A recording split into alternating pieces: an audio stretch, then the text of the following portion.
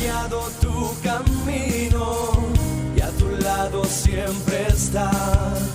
Sus promesas cumplirá y a su tiempo lo verás. Eres parte del pueblo de Dios, Él te levantará, te restaurará y tu victoria llegará. Fuiste llamado y escogido, a su voz has respondido. Es tiempo de creer. Centro Victoria, nacimos para vencer.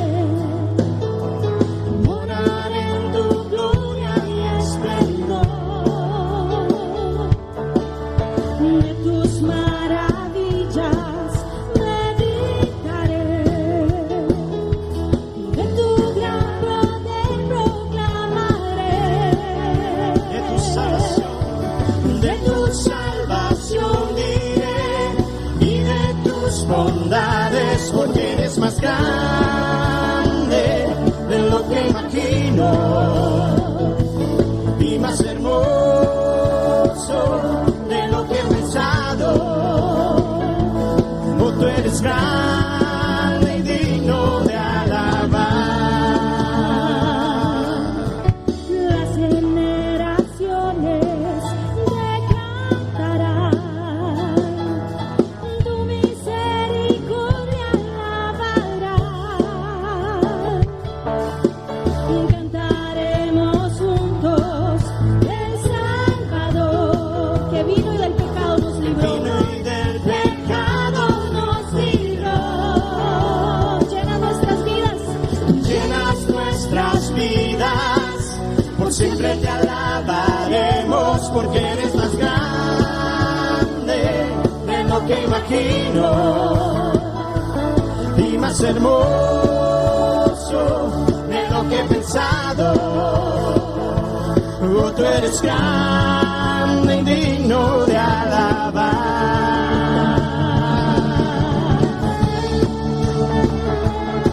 gracias Señor. Tú eres grande y digno. Tú sigues siendo grande, sigues siendo digno de nuestra alegría, de nuestra alabanza, de nuestra adoración, Señor.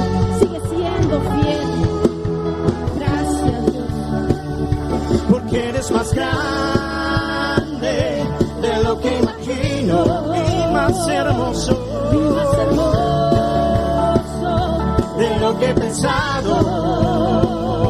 Porque eres más grande de lo que imagino y más hermoso, Dios, de lo que he pensado. Oh, tú eres grande y digno de alabar. Dios, tú eres grande y digno de alabar. Dios, tú eres grande y digno de alabar.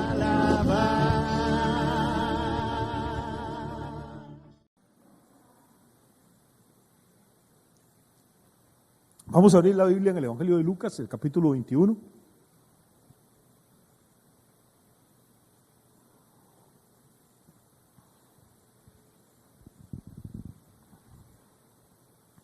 Lucas, capítulo 21. Estos textos, como Lucas 21, como Mateo 24, se conocen entre la gente que estudia la Biblia como los pequeños apocalipsis. Son textos proféticos, nada más que en estos el Señor Jesús está hablando directamente. Y vamos a empezar en el versículo 7.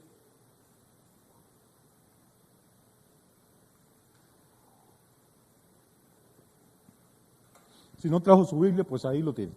Versículo 7 de Lucas 21 dice, y le preguntaron diciendo, Maestro, ¿cuándo será esto? ¿Y qué señal habrá cuando estas cosas estén para suceder? Le están preguntando por el fin de los tiempos, por la destrucción de Jerusalén, por la segunda venida de Él. Él entonces les dijo, mirad que no seáis engañados. Vea qué interesante. Los discípulos le preguntan, Maestro, ¿qué señal va a haber de tu regreso? ¿Qué podemos esperar? Y Jesús no empieza a hacerles una lista de señales. Lo primero que les dice es que tengan cuidado de no ser, ¿qué? Engañados. Entonces, el segundo advenimiento de Cristo, el regreso de Cristo a la tierra, va a estar rodeado, hermano, por una nube de engaños y de mentiras. Y van a ser engaños tan fuertes, tan poderosos, que aún los discípulos pueden caer en ellos. Vea que Jesús no le está hablando aquí a impíos, no le está hablando a ignorantes, le está hablando a gente que ha caminado con él 3 años, y les dice, mirad que no seáis engañados, porque vendrán muchos en mi nombre diciendo yo soy el Cristo, y el tiempo está cerca, mas no vayáis en pos de ellos. Hace 2 o 3 años murió un señor puertorriqueño, no sé si se acuerdan de él, José Luis Miranda. Él decía que él era Cristo encarnado. Y uno dice, pues pobrecitos, hay loquitos que pueden decir que son Napoleón o que son Julio César. Él decía que él era Cristo, pobrecito. No, pero pobrecito no. Este señor levantó, aquí en Costa Rica, tenía 130 iglesias. Tenía iglesias en todo el mundo. Se pagó a hacer un carro laminado en oro. Decía en todos sus sermones, lo decía, yo para dormir tranquilo necesito tener sexo con 2 mujeres y tomarme un litro de whisky por noche. Le dijo a la gente que se raparan la cabeza y se tatuaran el 666 en la cabeza. Decenas de miles de personas lo hicieron. Pastores que yo conocí, pastores en las cuyas iglesias yo prediqué, lo hicieron. Y le anunció a la gente,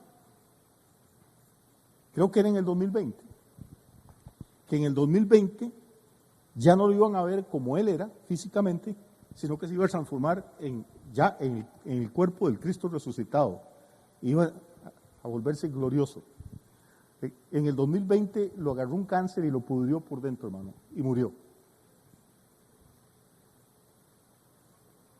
¿Usted cree que se cerraron las iglesias? Esta gente generaba millones y millones de dólares. Su esposa siguió a cargo para decirles iglesias, de esa secta. Y uno dice, pero ¿cómo puede haber gente tan ignorante? Pues no, le estoy hablando que no. Pastores, iglesias enteras se iban con él.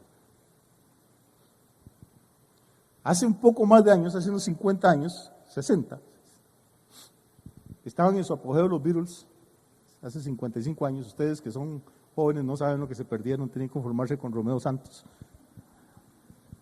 Pero cuando había música de verdad, y entonces se puso de moda el movimiento hippie, la gente de Jesús, mucha gente iba a la India a buscar experiencias místicas, porque ya en el cristianismo decían que no servía, que los hindúes tenían la sabiduría. Entonces un gurú de la India que se llamó Swami Prabhupada Bhaktivedanta, discúlpeme el hindú porque Swami Prabhupada Bhaktivedanta era un señor que decía que él era la encarnación de Dios. Ese hombre se hizo inmensamente millonario, tenía decenas de miles de seguidores en la India y se vino para Estados Unidos, se vino para California. Y cuando él andaba en la playa, sus discípulos andaban detrás de él, como Jesús en los evangelios. Y los discípulos andaban con no sé si han visto las cubetas estas, los baldecitos y las palitas que le dan a los niños cuando van a la playa para que jueguen con la arena. Bueno, los discípulos andaban con un cubito de estos y con una palita pero de oro puro, detrás del maestro. Y cuando el maestro, la vejiga se le llenaba, se abría la túnica y orinaba ahí en la arena. Y entonces los discípulos tenían que sacar con la cucharata esa de oro toda la arena que se había mojado con los orines de Swami Prabhupada Bhaktivedanta, porque como los orines de Dios se los iba a llevar el mar. Eso había que atesorarlo y guardarlo, y eso lo veneraban. No le estoy hablando de tonticos, le estoy hablando de millonarios, de artistas de Hollywood, le estoy hablando de músicos famosos. La gente, hermano, cree cualquier estupidez excepto el evangelio. Ya, gracias a Dios, se murió. No solo se llamaba ese nombre tan raro como Swami Prabhupada Bhaktivedanta, sino que no se le podía decir así, tenían que decirle su divina gracia Swami Prabhupada Bhaktivedanta. La gente cree en cualquier loco que se pone de pie en un púlpito que dice Dios me ha hablado, Dios me dijo, yo decreto, yo ordeno. Estamos viviendo un tiempo, hermano, en que hay tanta información, hay tantos libros, hay tantas bibliotecas, hay millones de sitios buenos, educativos, interesantes, de websites en la red, y sin embargo hay una ignorancia espiritual espantosa. Por eso Jesús dijo, lo primero que tienen que tener cuidado cuando vamos a hablar de la venida de Cristo, de las cosas del tiempo del fin, es no ser ¿qué? No ser engañados. ¿Por qué? Dice, porque vendrán muchos en mi nombre diciendo yo soy el Cristo, como estos dos ejemplos que le acabo de dar, y además diciendo el tiempo está cerca. Dice, mas no vayáis en pos de ellos. No sé si usted ha oído hablar de los testigos de Jehová, son esos señores que lo visitan en su casa, que le venden revistitas. Bueno, ¿sabe cómo empezaron los testigos de Jehová? Eso no se lo van a contar nunca a usted. Empezaron con un señor que se llamó Charles Taze Russell, que tuvo una revelación de que Cristo volvió a la tierra en el año 1844.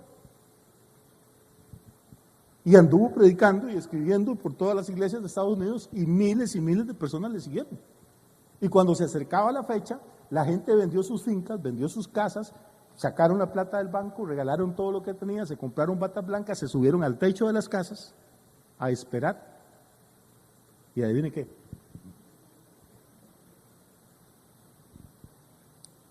Y usted dice, bueno, pues ya les cayó la peseta, ya se dieron cuenta. Hay más millones hoy de testigos de Jehová que nunca antes.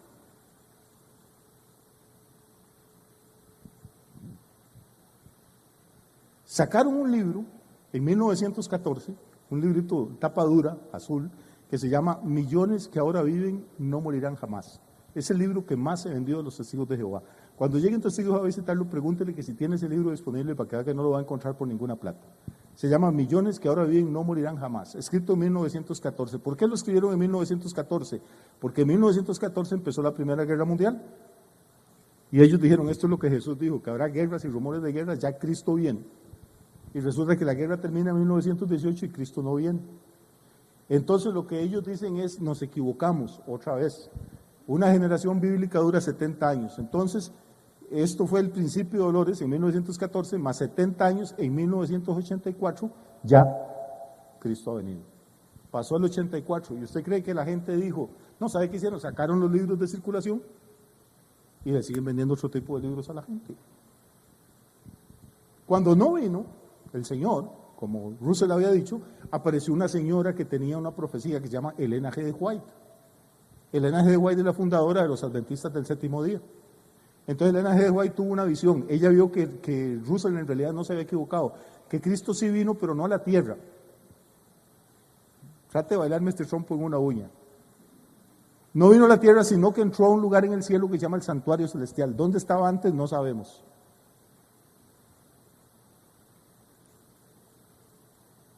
Y volvió a anunciar la venida de Cristo 3 fechas. Ninguna de las 3 las pegó. Pero a esta señora los adventistas le dicen el espíritu de la profecía. Millones de personas educadas, inteligentes, médicos, ingenieros, abogados, creen a pie juntillas lo que esta señora escribió. Es que no hay forma. O sea, Jesús dijo, cuando les digan que ya está cerca, no lo sigan. Y tengan cuidado porque otros van a decir, yo soy el Cristo, tampoco les hagan caso. Esa es la primera advertencia. Vamos a avanzar a ver si corremos hoy un poquito, porque yo creo que esto tiene que ver mucho. Dice, cuando oigáis de guerras y de sediciones, no os alarméis, porque es necesario que estas cosas acontezcan primero, pero el fin no será inmediatamente. No sé ustedes, hermano, por qué todo este tema de la pandemia, que tiene mucho más trasfondo de lo que parece, la parte médica tiene una parte espiritual muy interesante, pero todo este tema de la pandemia hace que la atención de las personas esté concentrada en eso. ¿Quién se enfermó? ¿Quién se murió? ¿Quién está internado? ¿Cuántos contagiados? Nos tienen bombardeados en el planeta entero día y noche con noticias sobre esto. No sé si usted sabe que en estos momentos en Israel se está peleando. Y se está peleando de forma terrible. De la franja de Gaza están lanzando misiles todos los días y todas las noches. contra Jerusalén, contra los kibbutz israelitas. Y que el mundo entero está diciendo que los israelitas están agrediendo a los pobres palestinos, que ese es el cuento de todo el tiempo. No sé si usted sabe que en este momento uno de los países más tranquilos del mundo y de los más ricos del mundo, más rico que Estados Unidos, es Australia. No sé si sabe que el ministro de Australia está diciendo que están sonando los tambores de guerra de Australia contra China. O sea, cuando hablamos de que China puede entrar en una guerra, no tenemos idea de lo que estamos hablando. Es que no tenemos idea. En el 2020 China gastó solo en parte del presupuesto militar, lo que reportaron 270.700 millones de dólares en gastos en armamento. Tienen armas nucleares. Y Australia está diciendo que están sonando los tambores de guerra porque China quiere atacarlos, quiere atacar Taiwán. Pero la gente, lo único que nos interesa ahorita es que se murió el vecino, el primo, el hermano, el conocido, el compañero de trabajo. Pero en el mundo están pasando cosas sumamente interesantes y preocupantes. Hace varios meses yo les estaba enseñando y predicando que somos gente privilegiada porque vivimos en tiempos interesantes. Pero si usted no conoce la profecía y si no conoce la escritura, pues no son tiempos interesantes, son tiempos de asustarse. Pero bíblicamente, oiga lo que dice Jesús, no, primero que nada, cuando oigáis de guerras y de sediciones, no os alarméis, porque es necesario que estas cosas acontezcan primero, pero el fin no será inmediatamente. Cada vez que hay un temblor, hay un huracán, hay una guerra, se levantan 1000 locos a predicar que ya Cristo viene. Y porque no entendemos, oiga lo que Jesús dice, es necesario que esto acontezca primero. Esto es una etapa previa de desestabilización mundial, de desorden al nivel del planeta. ¿Para qué? Para que al final pueda levantarse un líder que traiga el orden, que acomode el caos, que diga yo tengo la respuesta para esta pandemia y todas las que vienen, tengo el plan de paz para arreglar el mundo, tengo cómo sacar la economía a flote, y cuando ese hombre aparezca, el mundo entero se va a ir detrás de él. Esto es lo que se llama el nuevo orden mundial. Bíblicamente le llama como el reino del anticristo. Pero entonces es necesario, antes de que Cristo venga, que haya una serie de circunstancias políticas, económicas, militares, sociales, espirituales. Nosotros no es que Cristo va a venir esta noche ni va a venir mañana. Pero estamos en la etapa previa, en la etapa de los preparativos finales. Eso es lo que yo quiero que entendamos. Y esto dice Jesús que no debería alarmarnos, no es para asustarnos. La gente predica que Cristo va a volver como para asustarlo. Es necesario que estas cosas acontezcan. Por más que usted ore para que no haya guerra, por más que usted ore para, como este señor Maldonado en Miami, que a los 8 días de la pandemia le reprendió y mató al virus y le prohibió enfermar a nadie más. Por más que todos estos locos hagan sus payasadas y sus cosas, hermano. Lo que hay que entender es que Jesús dijo, es necesario. Es necesario, ¿por qué? Porque tiene que haber una crisis, tiene que haber una catástrofe a nivel planetario para que se levante un líder también a nivel mundial. Pero el fin no será inmediatamente. Vamos a ver si avanzamos al versículo 10. Entonces les dijo,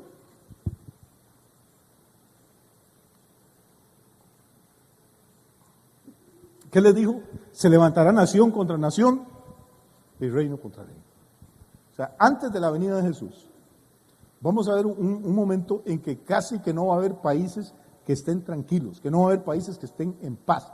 Va a estar peleando una gente contra otra gente. Se está peleando en Rusia, se está peleando en Chechenia. Es que no nos damos cuenta.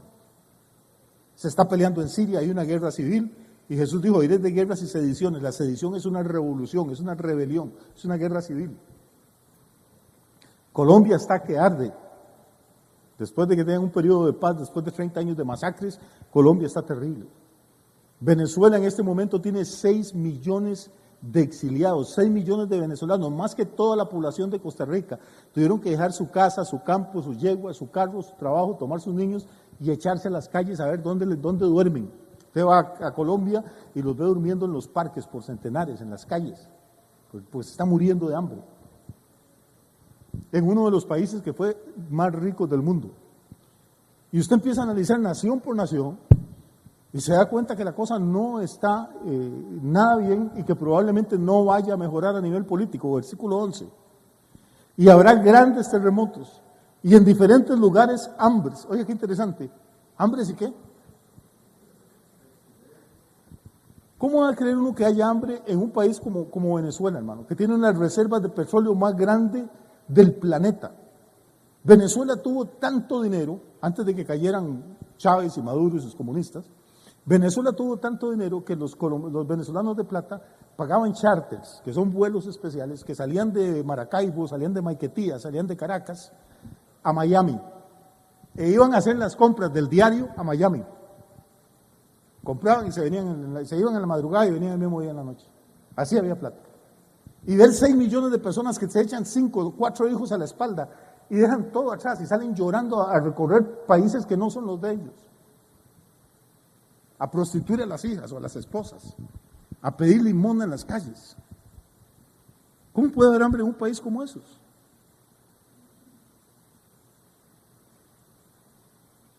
Si usted recuerda hace unos 8 o 10 años en Argentina, la famosa historia del corralito, ver la gente de Buenos Aires, ver los argentinos con toda la influencia europea que tienen, escarbando los tarros de basura para sacar qué comer. Y ya no le estoy hablando de Etiopía, aquellas fotos terribles de los negritos con la panza hinchada de nutrición y un sopilote ahí a la par, ni de Bangladesh, donde la gente se muere por miles o por millones. Como un mundo donde los restaurantes botan la comida, donde uno va a comer y pide un bistec y no le cabe y deja la cuarta pata del bistec ahí, eso va para la basura, se lo echan a los perros. Como un mundo donde hay que tirar los barcos con trigo al mar para que no baje el precio, iba a haber gente muriéndose de hambre. Pues es lo que dijo Jesús. Dice, en diferentes lugares habrá hambres, ¿y qué? ¿Sabe qué es una pestilencia? Es la forma antigua de decir pandemia. Pestilencia es cuando hay peste, como la peste bubónica, como la peste negra, como la influenza española, como el cólera en Costa Rica en 1856. Uno dice, pero Dios, con los sistemas de seguridad que tenemos, con los implementos médicos, con las casas farmacéuticas, con la cantidad de hospitales y de médicos, con todo lo que la ciencia y la tecnología hay, cualquier epidemia nos la echamos. Ya acabamos con el polio, con la tuberculosis. Pues acabamos con una y aparecen 5 nuevas. Hace 50 años nadie sabía que era el SIDA, nadie sabía que era el COVID, nadie sabía que era la bacteria come carne. Y yo no soy ningún epidemiólogo ni ningún experto, pero entre a internet y busque. En los últimos 40 o 50 años, cuando tenemos más medicamentos, más médicos, más enfermeros, más hospitales, no podemos controlar. El mundo está parado por un bicho que ni siquiera podemos ver. La gente, usted le pregunta, ¿cuál es el animal más peligroso? La cobra, el tigre. Los animales más peligrosos son los que no vemos. Las culebras podrán matar 10,000 personas al año en todo el planeta. Los virus matan millones. Tenemos hospitales, tenemos respiradores, tenemos todo, hermano. Pero Jesús dijo, es necesario que estas cosas, ¿qué? Acontezcan. Y eso no es el fin. Es simplemente la etapa previa. Esto no es para asustar a nadie, es todo lo contrario. Y ahora vamos a ver por qué. Dice, habrá grandes terremotos, en diferentes lugares hambres y pestilencias, y habrá terror y grandes señales en el cielo. Yo creo que todavía no hemos llegado a la parte de grandes señales, pero ¿qué dijo Jesús? ¿Habrá qué? Terror. ¿Qué es terror? Terror es miedo. Pregúntele a cualquier persona de cualquier país de este planeta en este momento cuál es la sensación, la emoción que prevalece en toda la tierra. En cualquier país, en cualquier cultura, la gente tiene temor de ir al restaurante, tienen temor de ir a la iglesia, tienen temor de recibir visitas, tienen temor de que la gente se le acerque a uno demasiado en la fila.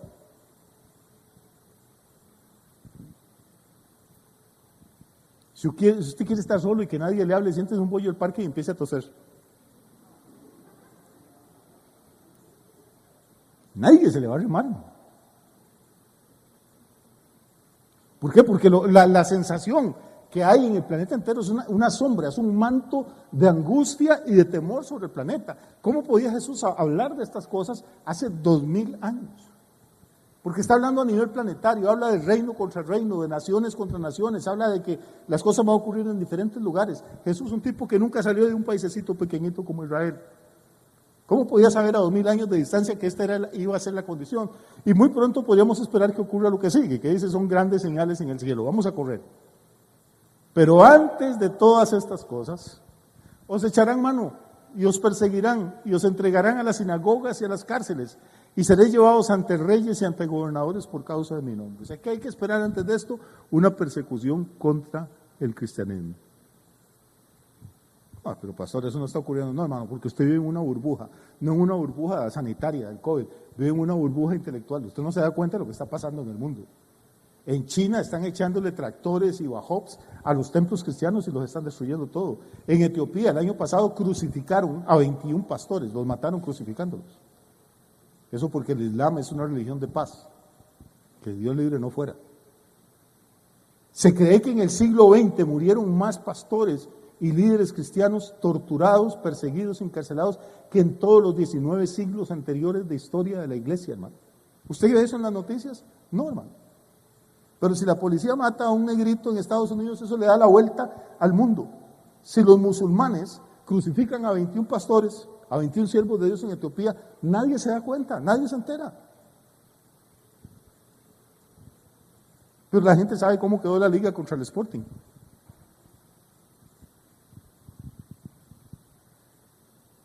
No nos damos cuenta que nos tienen bombardeados con novelas, con películas, con juegos, con deportes, con entretenimientos, para que no sepamos qué es lo que pasa realmente en el mundo. Nos tienen drogados con un exceso de información irrelevante. Y mientras tanto las iglesias siguen ahí en su chacachaca y en sus gritos y brincos y bailes, sin entender qué es lo que está pasando. Jesús dice que tenemos que esperar un tiempo de persecución. Vamos a correr, pues no quiero meterme mucho en eso para no asustar a los nuevos. Dice, ¿y esto os será ocasión para qué? ¿Perdón? Para dar testimonio. O sea, Dios va a permitir que su iglesia sea perseguida, para darnos a nosotros la oportunidad de darle testimonio a la gente de nuestro Señor y de nuestra fe. Hay cristianos que a la menor prueba y al menor problema se van al mundo, se desaniman, se deprimen, porque nunca entendieron el propósito. El propósito de Dios es que cuando pasamos por las circunstancias difíciles, el mundo pueda ver y ver que no nos quebramos, porque hay uno más fuerte que vive dentro de nosotros, y Él nos va a ayudar a salir adelante y nos va a dar la gracia para perseverar. Si a usted me dice a mí en este momento, pastor, y ustedes si lo meten a la cárcel y lo garrotean y le meten el chuzo eléctrico y lo torturan, ¿usted va a aguantar? Seguro que no. No me va a poner a jugar de hombre ni de valiente. Es más, conociéndome, que le tengo miedo a las inyecciones. Así soy yo de cobarde. Yo sé que quizás en este momento no aguantaría, pero sé que si algún día tuviera que llegar a esa situación, Dios me va a dar la gracia, como me la ha dado para pasar a través de otras cosas. Y cuando venga el tiempo difícil, el tiempo de la crisis, Dios va a tener que visitar a su iglesia con una doble porción de su espíritu, hermano, de su presencia, para darnos la gracia y entender que el momento de la prueba es el momento de dar testimonio. Así que aún en un momento difícil como este que estamos pasando, aunque gente y familias nuestras estén sufriendo, tenemos que mantener la frente en alto y tener una palabra de fe y una palabra de esperanza para las personas. Dios está en el trono todavía. Cristo no se va a contagiar con este bicho. Tiene todo su poder y Él tiene un propósito y los planes de Dios se van a cumplir, le pese a quien le pese. Creo que ese es el mensaje que debíamos de tener. Vamos a correr un poquito. Proponed en vuestros corazones no pensar antes cómo habéis de responder en vuestra defensa, porque yo os daré palabra y sabiduría, la cual no podrán resistir ni contradecir todos los que se opongan. Cuando llegue ese momento, no se preocupe por hacer bosquejos ni por buscar en un libro a ver qué va a contestar. En ese momento Jesús dice que le va a dar esa doble medida de gracia y le va a dar una palabra y sabiduría que nadie va a poder resistir ni contradecir. Vamos a correr porque necesito darles algunos datos.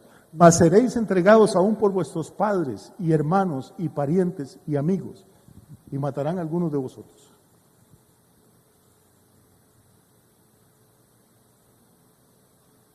Hay gente que está siendo traicionada en estos países donde hay persecución.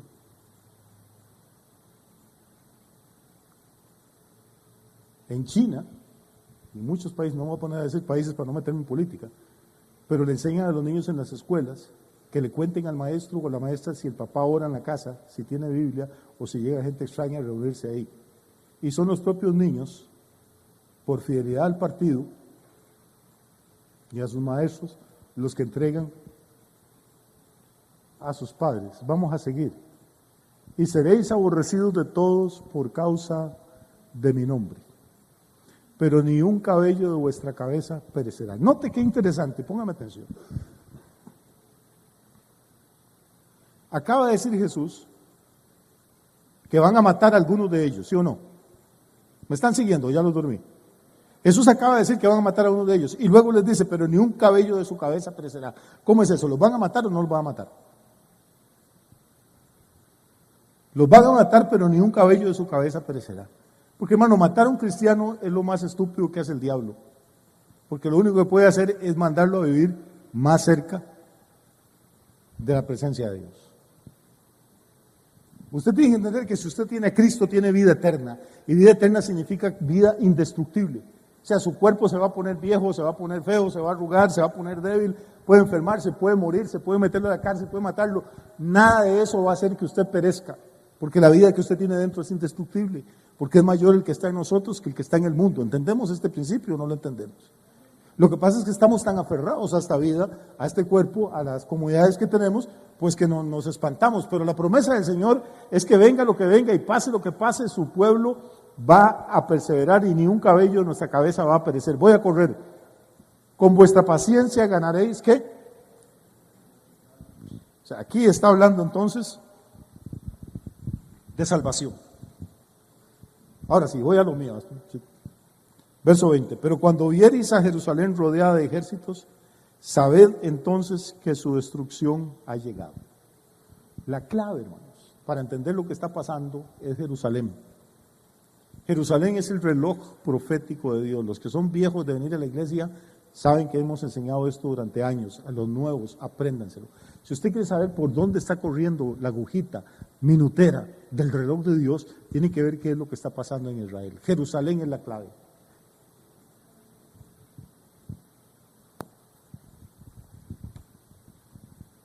Y lo que está pasando en este momento, como les dije al principio, en Jerusalén, es que en este momento Jerusalén está siendo atacada, de día y de noche. Yo no sé si usted tiene idea de lo que es vivir en un país como Israel, donde usted no puede dormir una noche tranquilo, donde no puede dormir una hora, un minuto, un segundo, porque en cualquier momento o un suicida, o un loco, o entran y les disparan, o caen misiles. Tienen que estar en guardia 24 horas al día, 7 días a la semana, porque si no los desaparecen del mapa. Israel es el único país del mundo que no puede perder una guerra. Mira, Alemania perdió una guerra contra todo el planeta.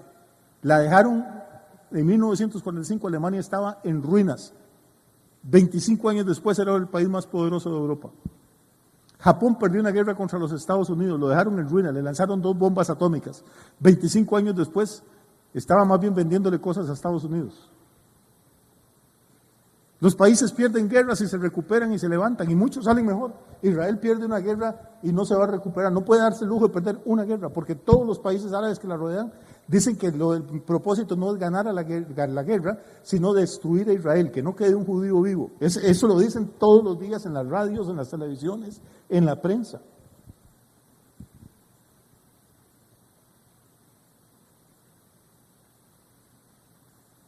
Repito, todo este tema de la pandemia y los enfermos, que es dolorosísimo y que, como le dije al principio, pues queremos más bien ver en qué podemos ayudar, pero que no nos haga perder la perspectiva, que no perdamos de vista que están pasando cosas a nuestro alrededor, que el diablo no quiere que usted sepa, que están ahí, pero que ni las cadenas de televisión ni nadie les va a dar pelota.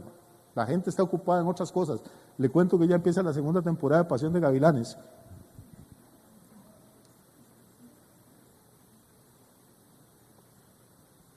Va a estar buena. La gente está ocupada en el campeonato de bola, la gente está ocupada con cualquier cosa, menos con leer qué realmente es lo que está pasando en el mundo. Ahora, note lo que dice el Señor, dice, cuando veáis a Jerusalén rodeada de ejércitos, sabed entonces que su destrucción ha llegado. O sea, Jerusalén, la capital de Israel, va a estar bajo una presión terrible. No sé si me quedan unos minutos, pero me gustaría darles unos datos que he buscado y que me parece que son interesantes para ubicarnos en el contexto de lo que está ocurriendo. ¿Aguantan unos 10 minuticos más? Muy bien. Israel es, hace unos 110 años, la reina de Inglaterra iba paseando por los jardines ahí en Buckingham, en el palacio, y le preguntó al capellán de la corte, le dijo, reverendo, ¿de verdad Dios existe? ¿Qué prueba podría darme usted de la existencia de Dios y que la Biblia es la palabra de Dios? Y el pastor se volvió a hablar, le dijo una sola palabra, le dijo Israel. La gente no entiende, hermano. Israel es un milagro.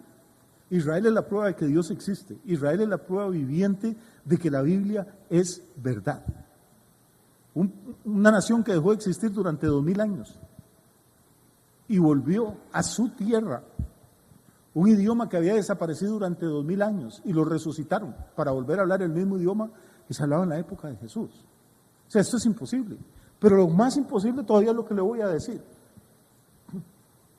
Todos los estados que tiene Israel alrededor son enemigos mortales de Israel. Sin contar los que están lejos, nada más los que están ahí, búsquese un mapita y lo lee. Yo me tomé la molestia de buscar algunos datos oficiales y son estos. La superficie de Israel es de 22.145 kilómetros cuadrados. La de Costa Rica son 50.900 kilómetros más o menos por ahí. O sea que Israel no tiene ni la mitad del territorio de Costa Rica. Es un paisecito como de juguete. Tiene 22.145 kilómetros cuadrados y ahí viven 9 millones de judíos.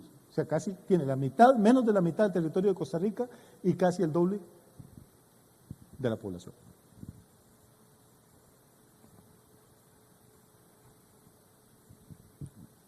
No hay tugurios,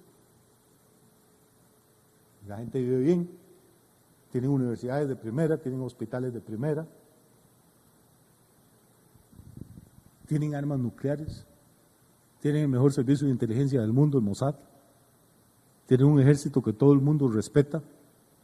Y lo más interesante es esto, hermano, Israel volvió a nacer como nación el 14 de mayo de 1948, estamos hablando de hace 63 años.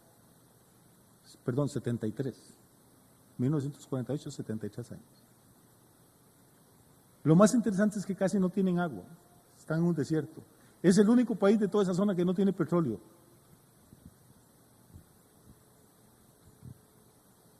Hay un chiste por ahí de un judío que dijo que él aborrecía a Moisés. Y los judíos respetan todos a Moisés, preguntando por qué. Dice, ¿cómo es posible que ese chaval nos anduviera 40 años en el desierto y nos parqueara en el único lugar donde no había petróleo? Y todos los demás tienen. Israel no. ¿Cómo un país con 22.000 kilómetros cuadrados puede mantener a 9 millones de personas, puede mantener un ejército que tiene que estar constantemente, puede fabricar sus propios aviones de combate, los tanques de combate israelita son de los mejores que hay en el mundo? Y empezaron en 1948, hace 71 años. Hermanos, nosotros empezamos, Costa Rica nos conquistaron allá como por 1510, o sea, ya llevamos 500 años en esta vaina. Tenemos más del doble del territorio, tenemos agua hasta para inundaciones. No tenemos guerra con ningún país, no tenemos que gastar plata en ejército. Nadie nos ataca y no podemos salir de la miseria y de la ruina y de la mediocridad. Y nadie se pone a pensar qué es lo que pasa.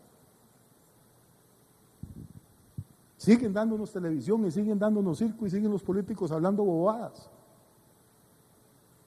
Pues solamente ver a Israel, cómo ese país ha sobrevivido ahí, la cantidad de guerras que han tenido en estos 70 y pico de años, es impresionante, hermano. Me tomé la molestia de hacer algunos otros datos. Siria, uno de los países que colinda con Israel, que limita, tiene una superficie de 185.180 kilómetros cuadrados. O sea, casi 9 veces más grande que Israel. Y tiene 19 millones de habitantes, más del doble que Israel. El otro país que limita con ellos y que también se juntan para hacerle la guerra es Jordania. Jordania es más pequeñito, tiene 89.342 kilómetros cuadrados y 10 millones de habitantes. Líbano es todavía más pequeño, tiene 10.452 kilómetros cuadrados y 7 millones de habitantes. Egipto tiene 1.000.000 kilómetros cuadrados. O sea, 20 veces Costa Rica y 50 veces Israel, solo Egipto. Y tiene 101 millones de habitantes. Arabia Saudita, que es uno de los países más ricos del mundo, tiene 2.015.000 kilómetros cuadrados de extensión.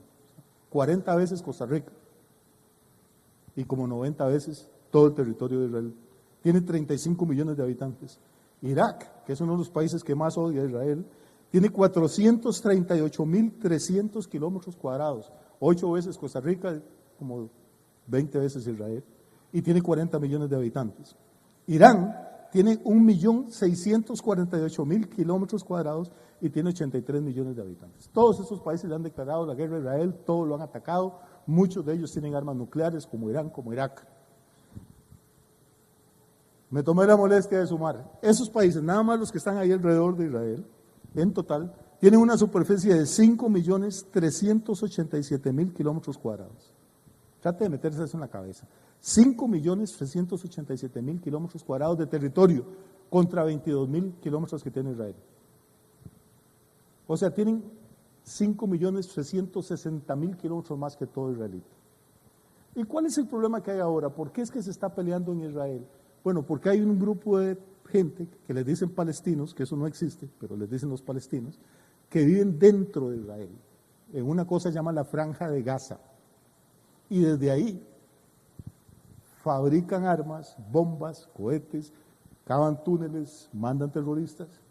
Y cuando Israel, en retaliación, los ataca, entonces sacan fotos de chiquitos y gente gritando, mataron niños, y la prensa de todo el mundo se vuelve loca y los izquierdosos de todo el mundo se vuelven locos, que hay que destruir a Israel, que son unos agresores, que son unos imperialistas. Por Dios, ¿cómo va a ser imperialista un país con 22.000 kilómetros cuadrados? Es que hay que ser imbécil. Y que esos señores pobrecitos, estos refugiados no tienen que comer, hermano. Ninguno trabaja, que la ONU les manda comida gratis a todos en la Franja de Gaza.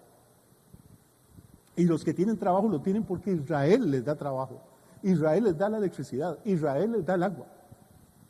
Y esa es la gente que está disparando contra civiles, contra la ciudad de Israel. Pero toda la prensa del mundo está diciendo que los israelitas son unos asesinos, unos violentos. Yo no digo que sean perfectos, ni digo que me caigan bien, ni ningún israelita me da plata por decir nada de esto. Es que las cosas son como son. Si la gente no lee y no investiga y solo cree lo que ve en la televisión, oye en la radio o lee en la prensa, pues estamos fregados. En esa Franja de Gaza viven 2.050.000 disque palestinos. Y la Franja de Gaza lo que tiene son 365 kilómetros cuadrados, es un huevito, y ahí viven 2 millones. Se cree que la densidad de población ahí es la más alta del planeta. Pero de ahí uno dice, Dios mío, pero ¿por qué esa gente va a vivir en 365 kilómetros si son árabes y todos los árabes de alrededor tienen 5.387.000 kilómetros? Y lo que les sobra es tierra y lo que les falta es gente. Son inmensamente ricos, son los que le venden los petróleos a todo el mundo, Irak, Irán, la Arabia Saudita. Para esa gente con el menudo, con la venta de petróleo de un día pueden agarrar a todos esos tales palestinos, se los llevan y les crean un país, les regalan miles de kilómetros, vivan, sean ricos todos, pero jamás los van a quitar. ¿Por qué? Porque la Franja de Gaza está dentro del territorio de Israel y es una espina en el costado de Israel. Y eso es lo que está pasando en este momento. Y entonces la prensa de todo el mundo está lanzando una campaña de desinformación para que la Organización de las Naciones Unidas siempre va a votar contra Israel. Y entonces todas las naciones del mundo pues van a empezar a lanzar mociones de censura y hacer todo lo que sea posible para condenar a Israel y que el ataque pueda seguir contra Jerusalén. Para ir terminando, quiero contarles una cosa. Esta Franja de Gaza nunca fue de los palestinos, porque los palestinos no existen. Eso es un invento de la gente. Esos señores que viven ahí no son palestinos. Vienen de todo lado a meterse para hacer presión. Y son el remanente. En 1948, cuando Israel nace como nación, en mayo de 1948, había judíos viviendo ahí y había árabes. Cuando Israel nace como nación, le dio la oportunidad a todos los árabes que quisieran quedarse y trabajar, ser ciudadanos de Israel con los mismos derechos, y dijeron que no. Muchos se fueron, prefirieron irse. Pero los mismos árabes los devolvieron para que se quedaran ahí. Y durante más de 100 años, eso que hoy es Gaza, ahí nunca hubo un palestino. Eso era gobernado por el Imperio Británico, por los ingleses. Y después, desde 1948 que nace Israel, en 1967 los árabes lanzan una guerra a los egipcios, y los sirios, los jordanos, lanzan un ataque contra Israel en 1948, con apenas 19 años de existir el país. Es la famosa guerra de los 6 días de 1967. Los israelitas avanzan y toman el control de Gaza. Ese problema que hoy tienen ahí, se lo hubieran quitado encima hace rato, porque desde 1967 fue de ellos hasta el año 1994. O sea, durante 27 años estuvieron en paz. Pero en 1994 las benditas Naciones Unidas, en Noruega, en la capital que se llama Oslo, llegaron a un acuerdo que se llaman los Acuerdos de Oslo, donde los israelitas tenían que devolverle a los palestinos la franja de Gaza. Y desde el 94 hasta ahora, eso les ha costado un ojo de la cara a los judíos. Si usted lee el Antiguo Testamento, hay cosas que uno no entiende, que parecen crueles. Dios dice, cuando ustedes entren a la tierra, les dijo, destruyan a los pueblos, porque si los dejan, van a hacer una espina en su costado. Y eso es justamente lo que está pasando. Israel devolvió lo que muchos soldados de ellos habían dado su vida para ganar, y ahora le pagan. Entonces esta pobre gente que no tiene para comer, tiene para fabricar misiles Scud, tiene para fabricar bombas, tiene para mandar terroristas, tiene para cavar túneles, atacar a Israel. ¿Usted tiene idea de cuántos terroristas suicidas se han forrado con bombas y se suben a un bus con niños del kinder en Israel y los despedazan? ¿Qué culpa tiene un niño de kinder? Y usted no oye ninguna condena de las Naciones Unidas. Pero si soldados atacan a soldados, hay un escándalo. Entonces, ya voy a ir terminando porque si no entro en calor. Vamos a ir a Zacarías 12:13, ahí vamos terminando.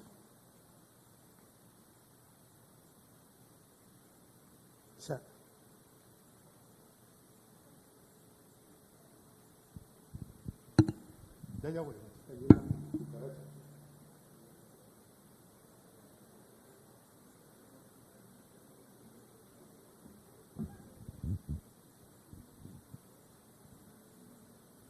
Zacarías 12, versículo 3. Me dicen cuando lo encuentran. 3. Más, leamos desde el 1, porque eso es tan bonito que como para irnos motivados. Profecía de la palabra de Jehová acerca de Israel. Jehová, esto fue en el año 592 antes de Cristo, o sea, hace 2600 y pico de años. Profecía de la palabra de Jehová acerca de Israel. Jehová, que extiende los cielos y funda la tierra y forma el espíritu del hombre dentro de él, ha dicho: he aquí yo pongo a Jerusalén por copa que hará temblar a todos los pueblos de alrededor. Hace 2000, ya no sé ni en qué año estoy viviendo, hace 2590 más, 2600 años. Zacarías dijo: he aquí yo pongo a Jerusalén como qué, por copa que hará temblar a todos los pueblos de alrededor. O sea, todos estos países que le acabo de mencionar, y todavía existen. Existe Siria, existe Egipto, existe Líbano, ahí están todos. Los haré temblar, dice, en el sitio contra Jerusalén. Y aquel día, en aquel día siempre se refiere a las cercanías de la venida de Cristo. En aquel día yo pondré a Jerusalén por piedra pesada a todos los pueblos. Todos los que se la cargaren serán despedazados, aunque todas las naciones de la tierra se juntarán contra ella. Punto, hermano. Esa es la garantía que tiene Israel. Lo odien o lo quieran, le hagan lo que quieran, mientras Dios esté en el trono, Israel va a seguir existiendo. Pero tenemos que estar atentos porque Jesús dijo, y volvemos a Lucas 21,